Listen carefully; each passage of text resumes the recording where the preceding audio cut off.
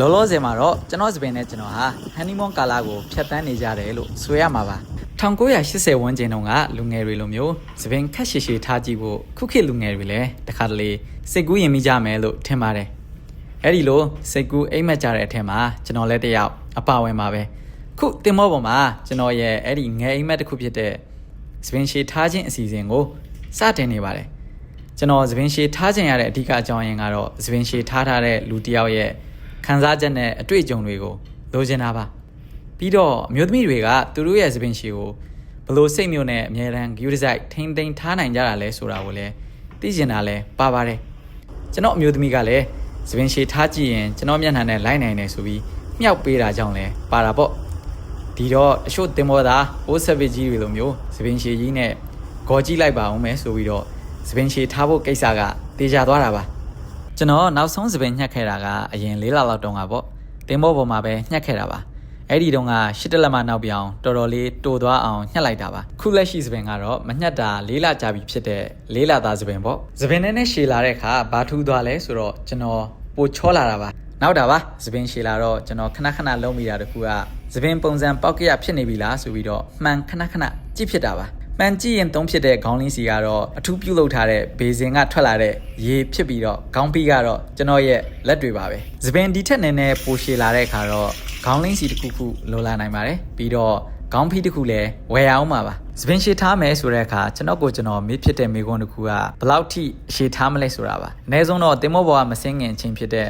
နောက်ထပ်4လလောက်ထိတော့ထားဖြစ်မယ်လို့စိတ်ကူးထားပါတယ်လက်ရှိက4လစပင်ဆိုတော့နောက်ထပ်4လစုစုပေါင်း8လလောက်တွင်းမှာဘယ်လောက်ထိရှည်လာမလဲဆိုတာနည်းနည်းတော့ရင်ခုန်မိပါတယ်ဒီစပင်ရှည်ထားဖို့စပြီးဆုံးဖြတ်လိုက်တဲ့အချိန်ကနေစပြီးတော့ကျွန်တော်ဘယ်လိုတွေပြောင်းလဲလာလဲကျွန်တော်စိတ်တွေဘယ်လိုဖြစ်လာလဲဆိုတာကိုတတိတထားနဲ့စောင့်ကြည့်ခဲ့ပါတယ်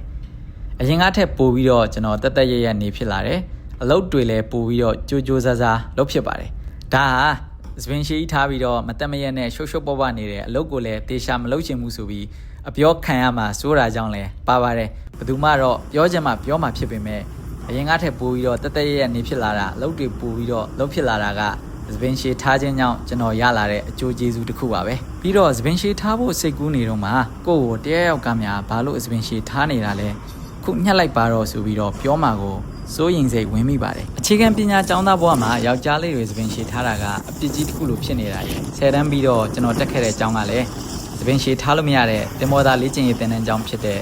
ရေကျောင်းသိပ္ပံခေါ်ရေကျောင်းကောလိပ်ကိုတက်ခဲ့တာကြောင့်စပင်ရှည်ထားဖို့ကိုအပြစ်ကြီးတစ်ခုလိုခံစားနေရတာမျိုးလို့ထင်မိပါတယ်ခု4လကျော်လာချိန်မှာတော့အဲ့ဒီကြောက်စိတ်မရှိတော့ပါဘူး